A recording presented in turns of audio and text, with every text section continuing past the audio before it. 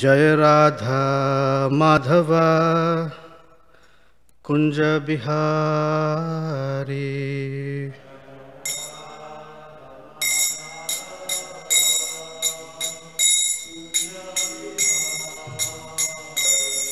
जय राधा माधव कुंज बिहारी।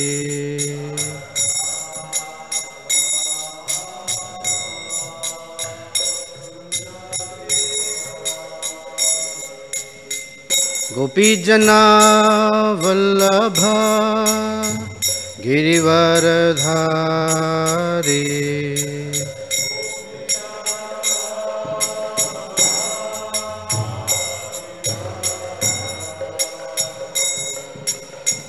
गोपी जना वल्लभ गिरिवरधारी।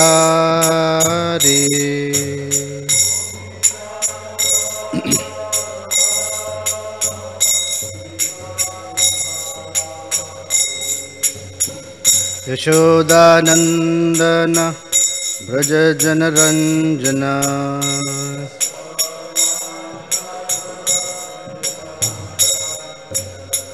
यशोदानंदन ब्रज जनरंजन।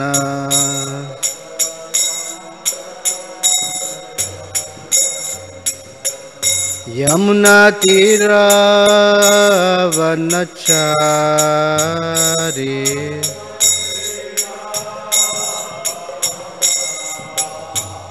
यमुना तीरावनचारी।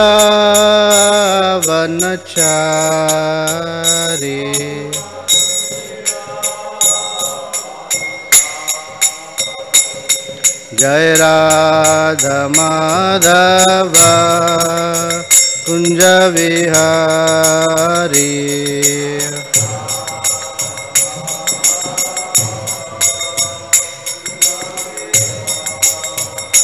जय राधा माधव कुंज विहारी।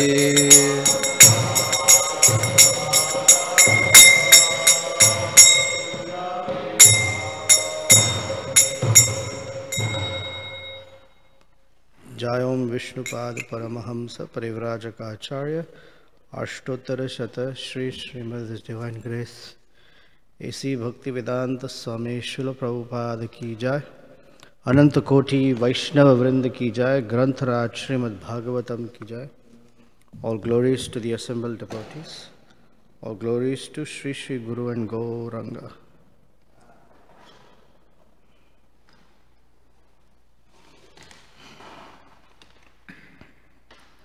नारायणं नमस्कृत्य नरं चैव नरोत्तमं देवीं सरस्वतीं व्यासं ततो जयमुदीरयेत्।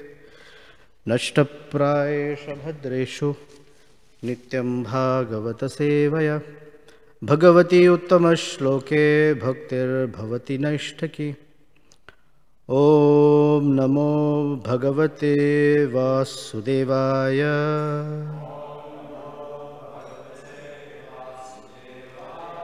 ॐ नमो भगवते वासुदेवाय।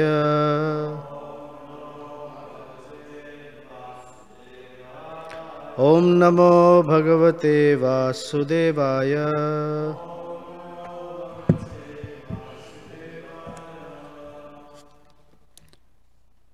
Chapter 13, Canto 9, Text 15. The chapter is titled The Dynasty of Maharaja Nimi, Text 5.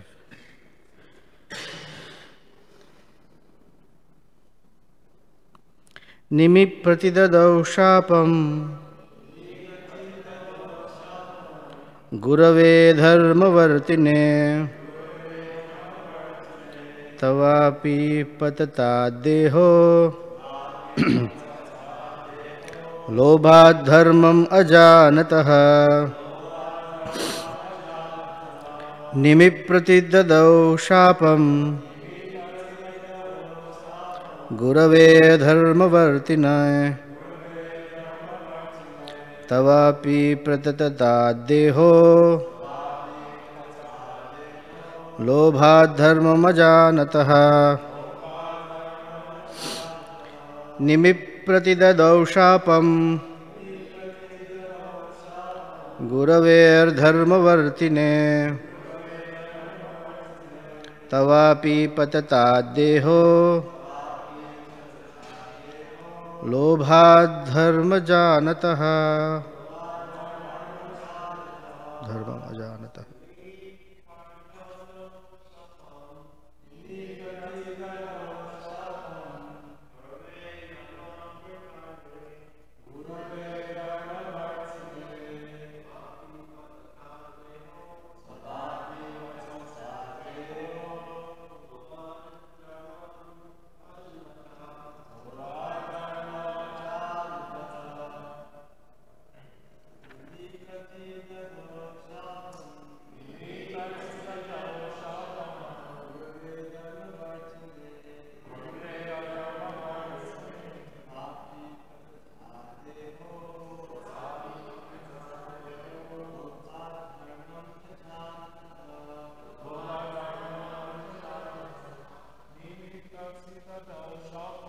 Nimi प्रतिददौ शापम्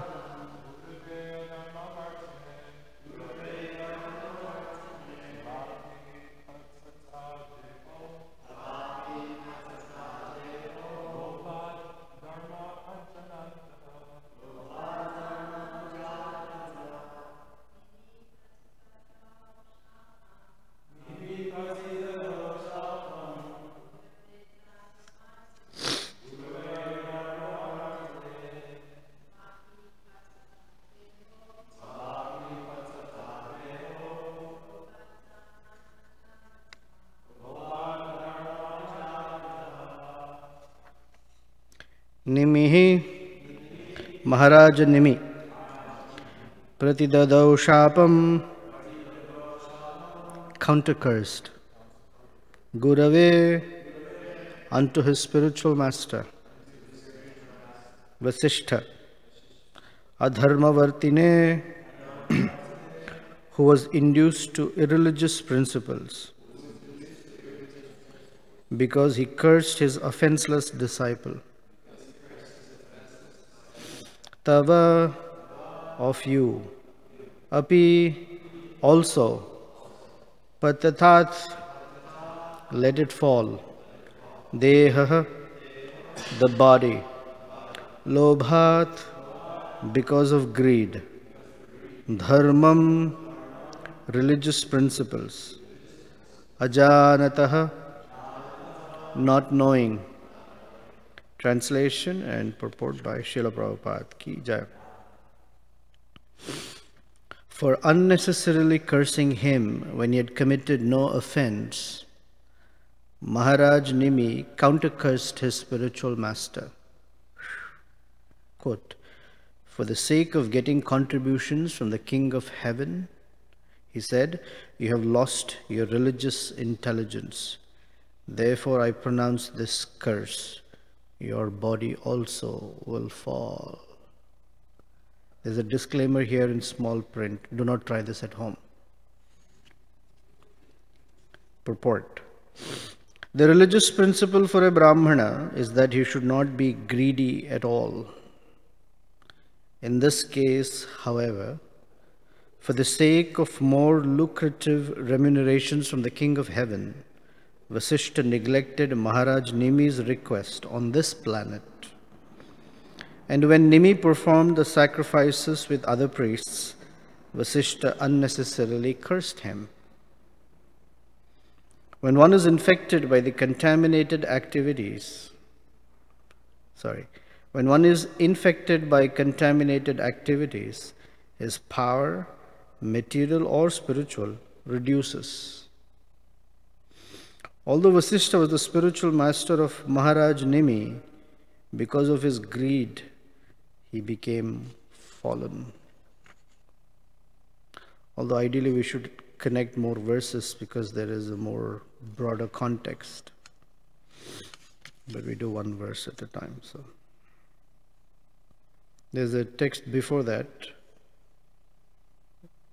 After completing the sacrificial performance for King Indra, the spiritual master Vasishtha returned and found that his disciple Maharaj Nimi had disobeyed his instructions. Thus Vasishtha cursed him, saying, "May the material body of Nimi, who considers himself learned, immediately fall." Om Ajnana Timirandhasya Gyananjana Shalakaya Chakshur Unmilitam Yena Tasmai Shri Gurave Namaha.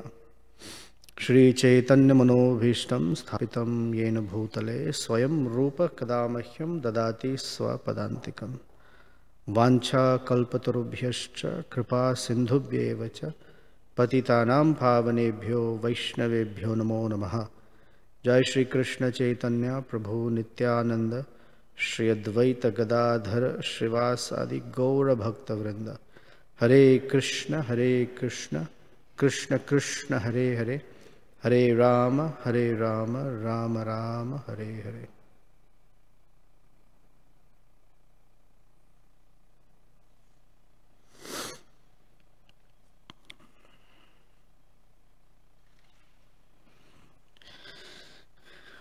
The Srimad Bhagavatam is a very interesting treatise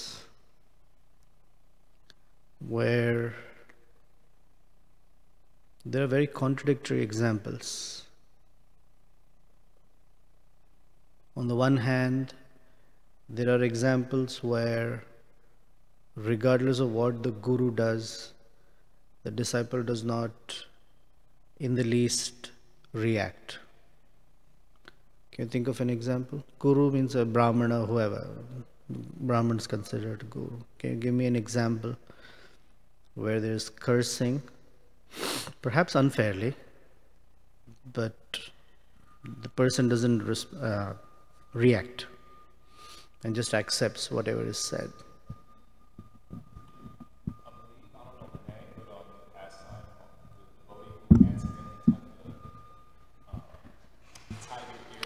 Who accidentally cut off the tiger. He thought he was cutting off the tiger, but he killed a cow. His name is Prishadhra. Yes. Didn't we already do it, or is it coming up? We did it, yeah. So that's one example. Prishadhra. No fault of his. And by the way, who cursed him? Vasishtha, same person. So he didn't respond. Another? Coming up soon?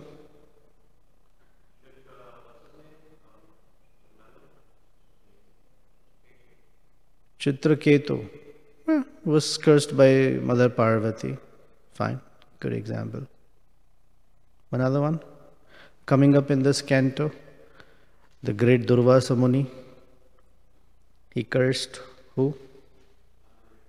Oh, thank you. Ambarish Maharaj. Did Ambarish Maharaj say anything? Absolutely not. Right? That pastime is over. We already discussed it. Sorry. Okay. 9th canto already done. So no response from him. Just stood quietly. Now this is a very interesting one. This is Maharaja Ikshvaku. It's not such and such king. Maharaja Ikshvaku's son. Sorry. Maharaj Nimi. Vasishtha Muni cursed him for being impatient. He told him, "I'm coming back. Hold on. I'm coming back after performing yajna in Indra's palace." So why didn't Nimi wait for him?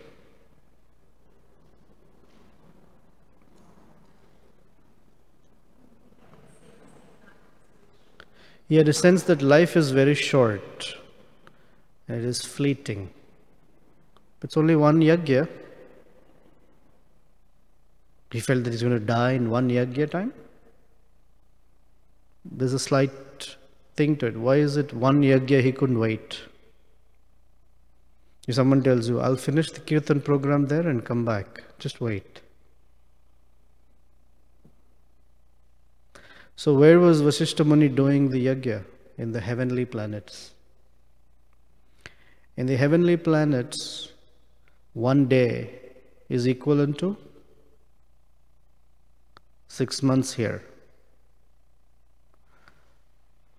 So the traditional Vedic yagyas are not what we do, 15 minutes, an hour. They're a few days. A few days up there means a few years down here. So if Maharaj Nimi was told, oh, hold on for a couple of years, I'll be back. He was concerned, right? Life's too short. Perhaps he was aged by that time. He thinks, oh man, I cannot wait. He's preferred to go to Indra's sacrifice, which is fine. I'll just do my thing here. So he did. Sage Vasishtha came back. Oh, you've already performed yajna? You impatient fellow. I told you to wait. You've disobeyed my orders. I curse you to die. And what did our Prabu say? He says, for the sake of getting contributions from the King of Heaven, you've lost your religious intelligence. Adharma vartine. Vartine means on the path of. Right? Somewhere Krishna uses the word vartmane. Ye yatham mam prapadyante tams tathaiva bhajamyaham. Mama vartmanu vartmani. Krishna says, everyone is following my path. So vartma means path. Vartma pradarshaka guru. The initial one who shows us the path. Adharma vartine means one who's on the path of irreligion. Or you can say one who's fallen off the path of religion, or one who's on the path of irreligion. Adharma vartine. To tell a Brahmana that you're adharma vartine is like the biggest insult. Because a Brahmin who does not adhere to religious principles, then is a Brahmin in name only. So basically he's calling him a charlatan, a pretender. And you're Brahmin with a thread because you're going collecting donations for yourself. That's all you're interested in. And he's speaking to Vasishtha. Now Vasishtha is not an ordinary, Brahman who finished Bhakti Shastri and got his Gayatri mantra. Not like that Brahman. Very elevated person. So elevated and such a long life. And if he cannot live purely, he can't live so long. He is the one who's been the guru of the entire Sun dynasty, all the way till Lord Ramachandra and beyond. So he must be someone very, very up there. Yet, Prabhupada writes, because of his power that got corrupted, he says contaminated, when one is infected by contaminated activities.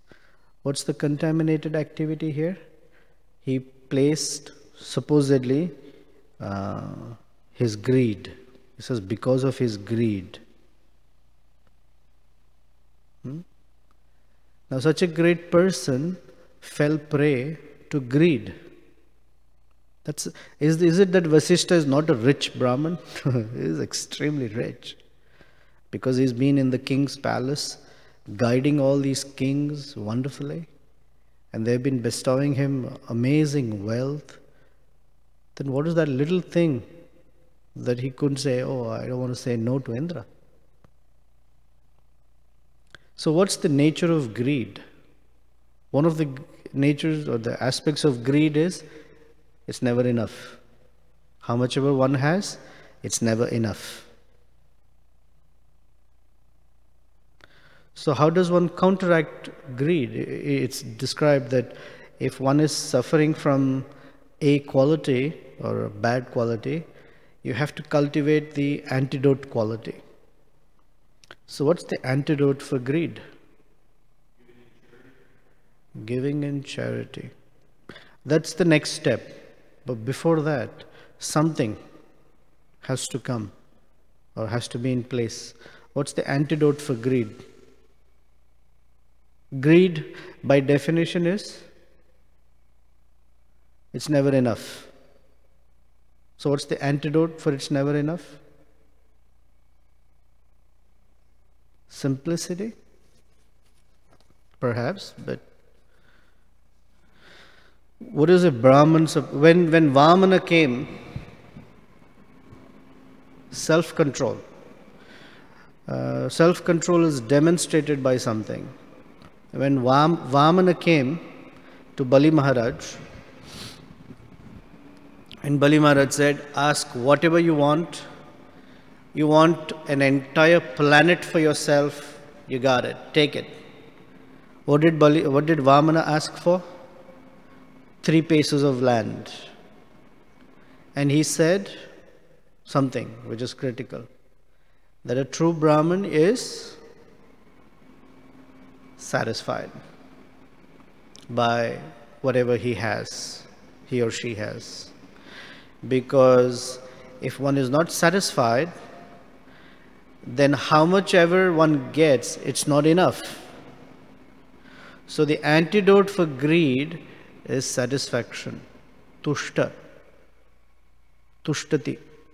One becomes satisfied. Now satisfaction, isn't that song there? I'm sure you'll talk about it. The great Mahatma Bhakta, what's his name? Who said, I can get no satisfaction. What's his? Mick Jagger. Bhakta Mick said, I can get no satisfaction. But I try and I try, I can get no satisfaction. Satisfaction not something you get. That getting of satisfaction is a sense of, as much as I try to satiate my senses, I can't get it. Because I feel a sense of void, something I'm missing. Then I have to contact the sense objects to remove that feeling of I'm missing something, whether to touch or to see or to smell or taste. And when I get in contact with the sense object, I feel satisfied. But it doesn't accomplish it because there is something that is fueling our greed. It's called lust. And Bhagavad Gita, Krishna says that lust is like a raging fire. And contact with the sense object is the fuel for that fire. So more fuel we add, the more the fire burns. So satisfaction, by definition, is not contacting the sense object. It is an inner quality. It is a quality of restraint. And that restraint is not necessarily that I have to hold back, but it is that looking at, satisfaction comes from looking at a big picture. And only a Brahmin can have a big picture, because a Brahmin by definition is broad-minded. And a narrow-minded person is never satisfied. A broad-minded person looks at other variables also, such as, I may not have enough money, but you know what? I have good friends. I have a healthy life. I have enough to eat. I never starve. I may not have all the fancy clothes to wear, but whatever I have is keeping me alive. And in all this, I have an opportunity of serving Krishna. So it's okay if other things are not there in place. That's a way of looking at things. If when one has an integrated or a larger picture of life, then other things that are not there seem to have some context. So satisfaction is a quality that a Brahmana develops. That is why the very first two qualities of a Brahman are Sama and Dhamma. Right? Sama means mind control, and Dhamma is sense control. If the mind is controlled, the senses are controlled. So the mind, for it to be satisfied, something else has to fill in instead of sense gratification. And what needs to fill in is Krishna. That is always the answer. Whenever you don't know any questions, answer, you say Krishna, and that's always right. You're right. But where in the Bhagavad Gita does Krishna give the formula for satisfaction? That is peace. Satisfaction? Peace, satisfaction?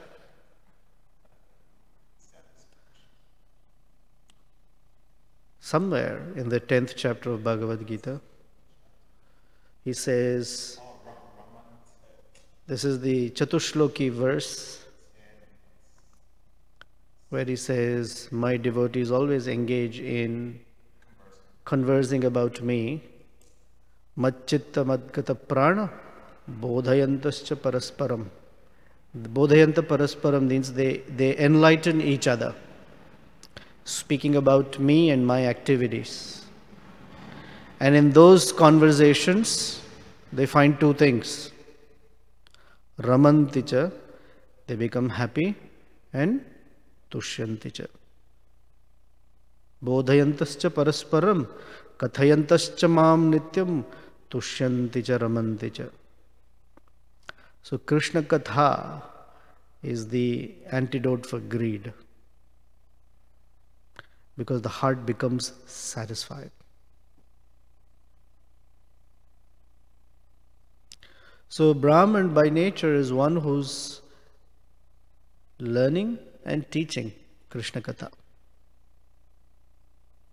A dissatisfied heart indicates lack of or shortage of sufficient absorption in Krishna Katha.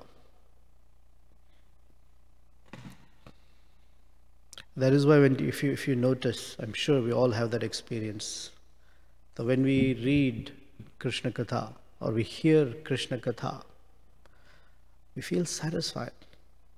It's nourishing. Like food, it's nourishing. When a hungry person gets food, he or she is satisfied.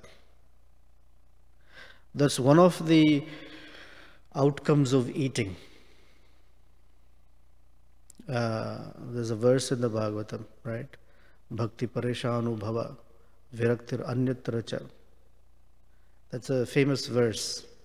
And the parallel given is that when a hungry person eats, three things happen. He or she is satisfied, nourished, and they don't want to eat more. They don't want to eat more, because when you're done, even if it's your favorite thing, you can't keep on eating. At some point you got to stop. So like that, this Krishna Katha is meant to satisfy a dissatisfied heart. And why is it satisfying? Because it is about Krishna's devotees in their relationship with Krishna, who show that even in the most dire circumstances, they're satisfied. One who has nothing is satisfied. One who has something is satisfied. And one who has everything is also satisfied, as a devotee of Krishna. But if one is not a devotee, then one who has nothing is very dissatisfied. One who has something is also dissatisfied because he doesn't have enough.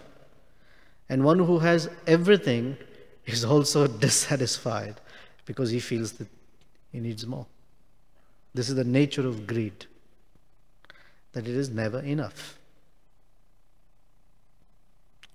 So Maharaja Nimi took objection not to the chastisement per se, but he took objection to the tinge of greed, what he could recognize, because it says he himself was a pure devotee.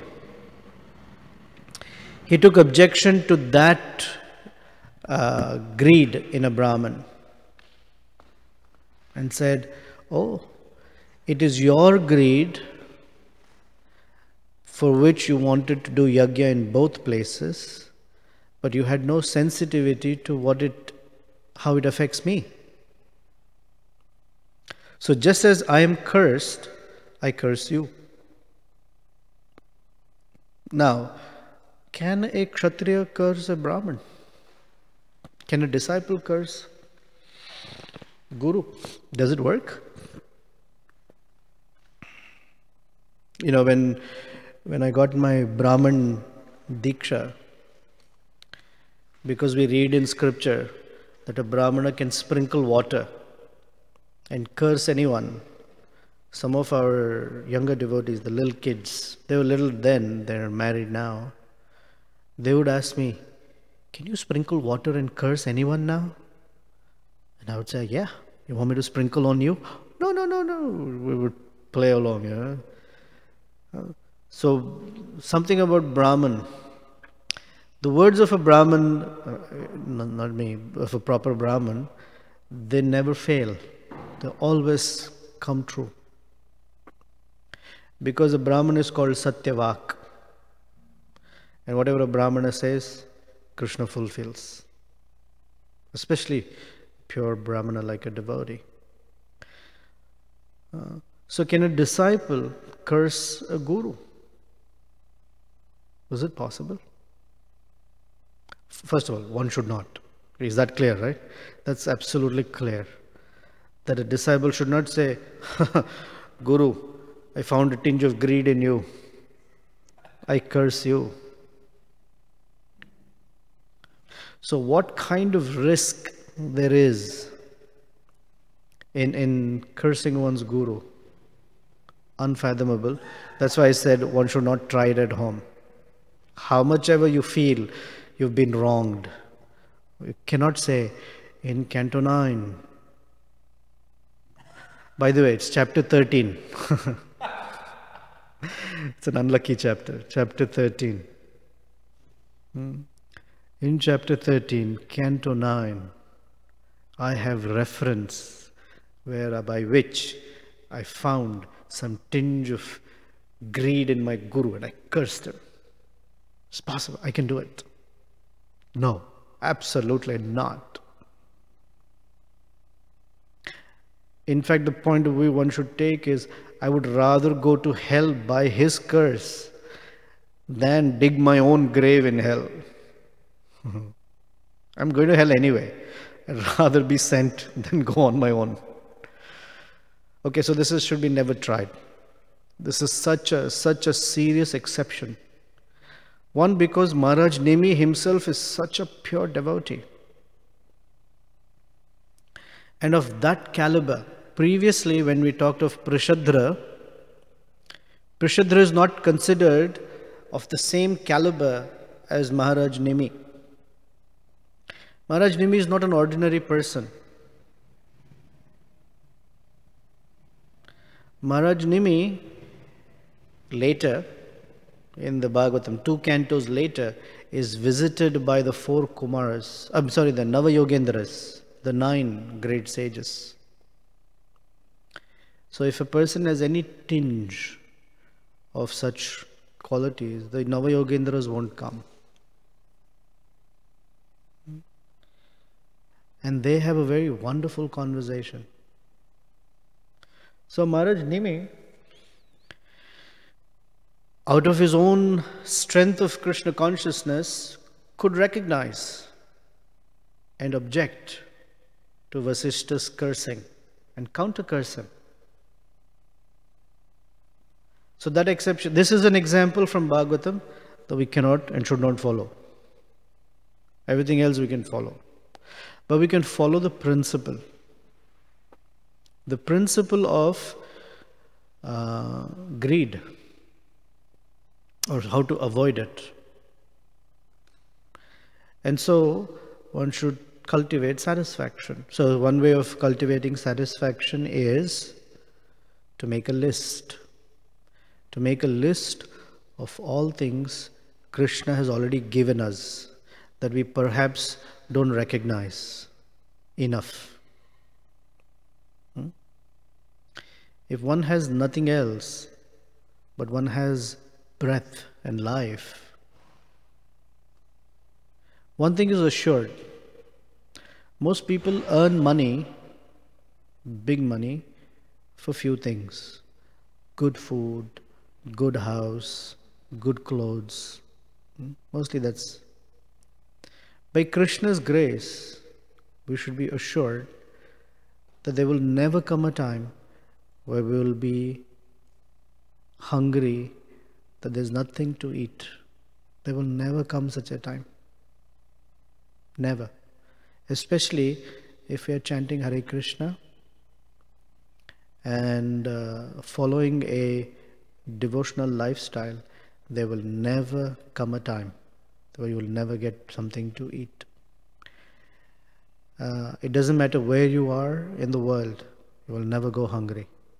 Even if the rest of the world is going hungry, a devotee of Krishna will never go hungry. Never. And it is proved by Krishna in many, many ways.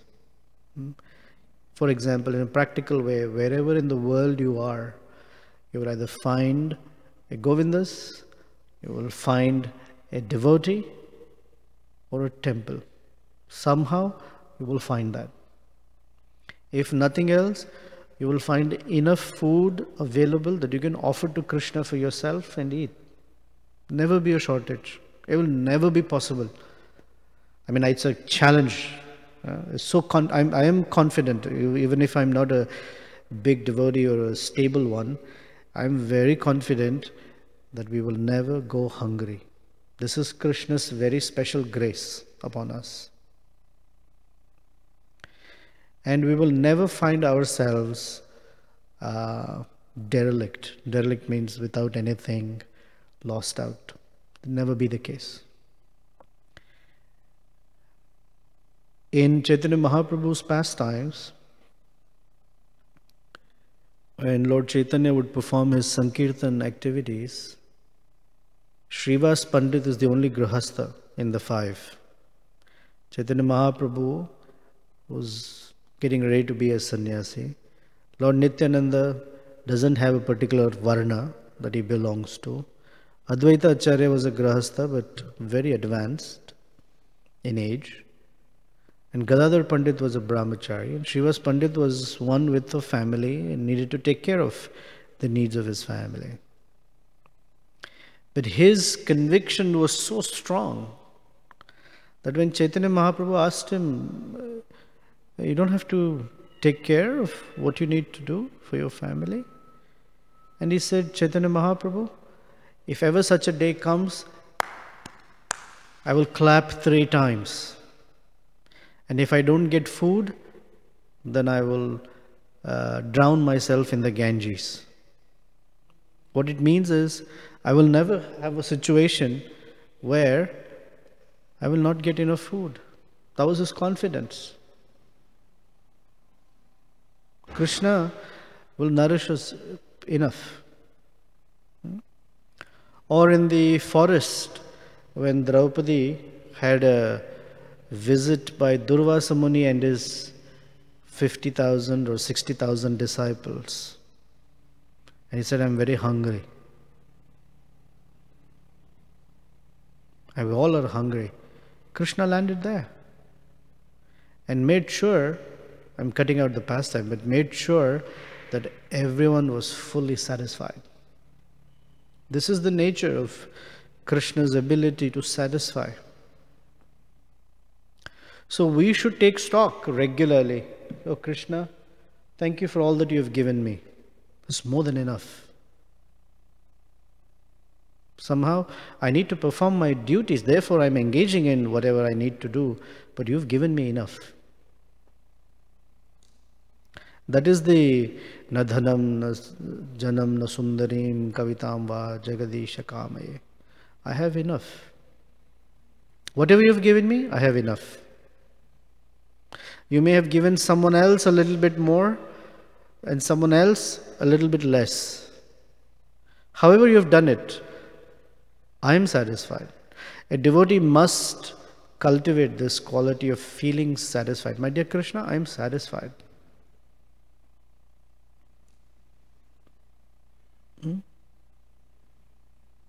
So, although one may be satisfied, it doesn't mean that you should stop doing your activities or occupational engagements, and it's not that you should stop progress or advancement.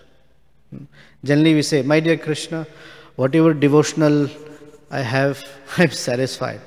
I don't need to really advance anymore. I'm satisfied. That's the wrong satisfaction. That's complacency. Satisfaction means I'm happy in my relationship with you. Things will come and go. When things come, I'm satisfied. When things go, I'm satisfied in my relationship with you. The satisfaction is not with things. Satisfaction is with the relationship. Because things will always come and go. Relationship won't. I want to keep that relationship with Krishna. And I'm so satisfied with what you have given me. Now I'm eager for more in my relationship with you. So it's said, that kind of greed is good. There is a good greed. When Prahlad was young, whenever at home we would use the word proud, or something he would say, oh, very proud of you. And immediately you'd ask, good proud or bad proud? That should be a joke at home. Good proud or bad proud? I mean, proud is never good or bad. Point is. So like that, there is good greed and bad greed. So the good greed is called laulyam. That I want more from my side in my relationship with Krishna. The bad greed is I want more from Krishna's side. And the good greed is I want more from my side towards Krishna. Because what Krishna has given me, I'm satisfied. I need to do more. That's the greed. May I constantly improve and do more in my relationship with Krishna. I'm not satisfied with my contribution in the relationship. And the bad greed is, I'm not satisfied with Krishna's contribution in the relationship. He's not doing enough. I've somehow made it to 16 rounds and do some things and do some seva. What he is doing is not enough. That's the bad greed. So that lesson we can take. And the third lesson is, we play the role of Vasishta for others in the community. We are Brahmins, either officiated Brahmins or on the path of being Brahmins. That means we, as the Brahmana class, is the liaison between the community and Krishna or the deity.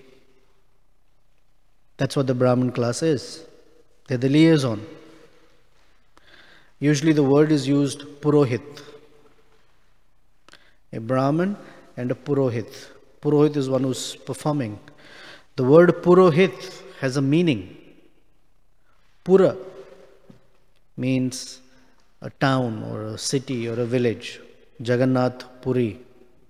Right? Krishna says our body is a city of 9 gates. Navadvare Puri or Pura. In India there are many names. Nagpur, a city of snakes. Anantapur, the city of Lord Ananta, like that. So Pura means the city or the community. And Hita means one who's looking for the benefit of. So Purahita is the person who does whatever he or she does for the benefit of the community. So if a Brahman is doing something for their own benefit, they are not Purohit.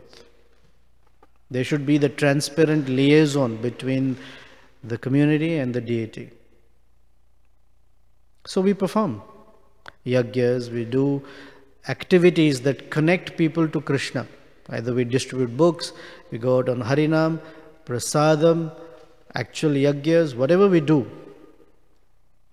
It should not be done with a sense of, I will do this yagya because that guy is a rich guy. I will not do this yagya because I won't get more than $21. It's not fun. That's not how it should be. I'll end with this. There was one person who came to raise some funds for another project somewhere. He went to one of our congregation members' homes, supposedly well-to-do congregation member. And he asked them, please give some charity. So after spending about an hour discussing the project, that, the person wrote a check for $108. So this person who was raising money looked at the check and said, and threw the check on the donor's face and said, what do you think I am, a beggar? Because he was expecting, that he came in from such a long distance, spent an hour, guy is rich enough, should be doing more, whatever it was. Instead of saying, thank you for whatever you gave, if you can do more, we'll be very satisfied, but what you did is thank you. Instead of saying that, threw the check on their face and said, what do you think, I am a beggar? It's an insult to the donor. And it also shows that deep inside, perhaps something needs to be addressed.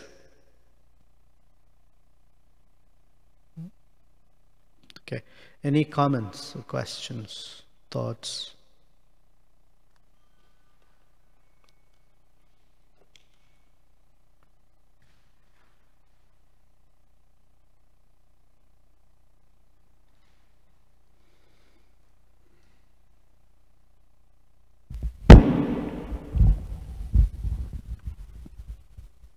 I'm listening. I liked what Mahatma Gandhi said. There's enough for every man's greed, but there's not enough. No, there's enough for every man's need, but not every man's greed.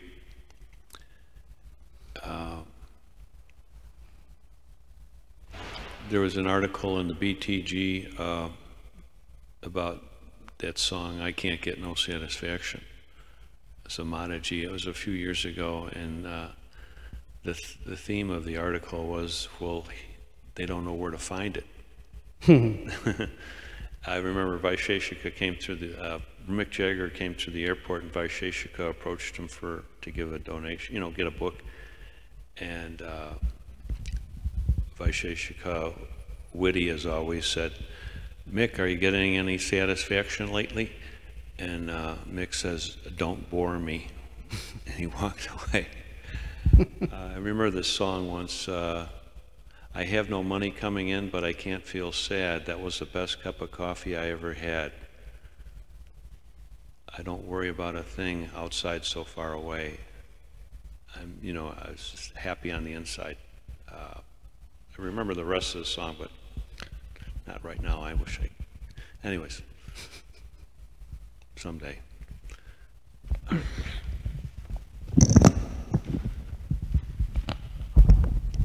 Hare Krishna, Prabu. Thank you for your class. I thought you made some really good, at least a couple funny points that I appreciated. They're not just funny, but the one thing you mentioned that I wish Prabhupada put in the report actually is that one day in heaven is actually many years here. And so I suppose when Vaisheshika came back to earth, it had been like 2 years already. Or more. Who knows how many days he spent up there. Yeah, exactly. So I appreciate that point. I can't wait that long. So I wish that was in the Bhagavatam actually. And the other point you made that I appreciated, and maybe I have a question or comment on it, you could spend on. You said if we're a devotee, whether we have nothing, something, or everything, then we're satisfied, and vice versa. If we're non-devotee, the opposite. So my question is related to the fact that questioning our motives. we can't really, you know, like you said, it's better safe, you know, to not question anyone's motives, especially the spiritual master. But as far as questioning our own motives, you usually quote a verse throughout the years. I remember several times, Kama Dinam Nakati Nakatina, something like that, during the Desha, that we have a main guru, which is our bad motives, our lust, our greed. So one point I was meditating on is that usually when you, on Sunday feasts, or if you ask somebody, we have free treasury open for everyone, then people are like, where? Then you take them to the Bhagavatam. They're like, this is the treasury.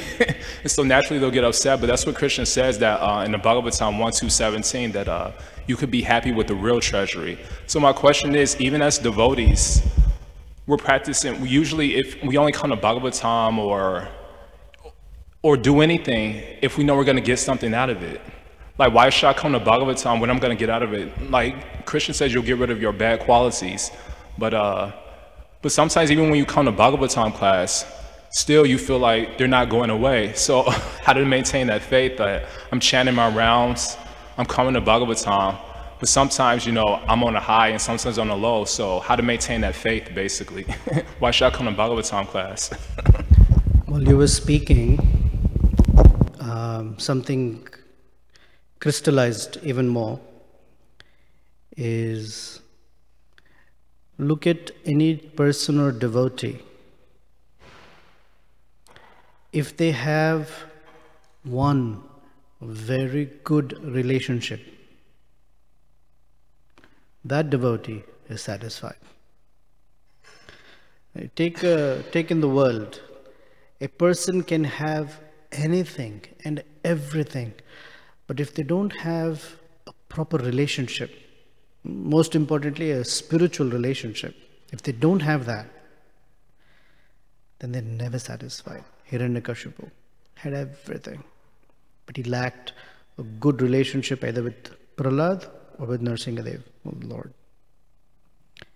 But you take any person, any devotee, even in devotees there are dissatisfied devotees, and if you dig properly, their dissatisfaction will be that they don't have a good, solid, spiritual relationship. And that is where the problem lies. That in the absence of relationship, now from a general perspective, take any person in the world, when they feel love, then they don't care if they have things or they don't have things. They don't care. They have sleep, they don't have sleep, they have food, they don't have food. They don't care because they feel nourished by that love. Now materially love doesn't exist, but you get the idea. It's a reflection of the pure one. But the principle is still true. Now what to speak of any person if you have one good spiritual relationship? That relationship will negate all dissatisfaction. Whether it's with one's guru, with another devotee, one feels that strong relationship with Krishna, whatever it is, that it may have different facets to it, but at least one good relationship, devotee is very happy, very satisfied. Always the case. So whenever there is dissatisfaction, one should invest or try to solve it by strengthening relationships. Then it doesn't matter what one has or doesn't have. Actually it becomes irrelevant. Okay, any other thoughts, comments? Okay. Thank you very much. Srila Prabhupada ki jai, Srimad Bhagavatam ki jai.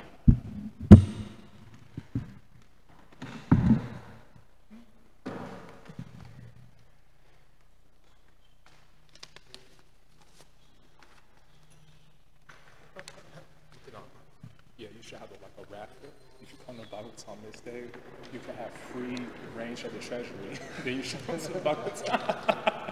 Because that's what Vamana did. He was deceptive. I only need 3 cases of land, so apparently it's a bona fide method.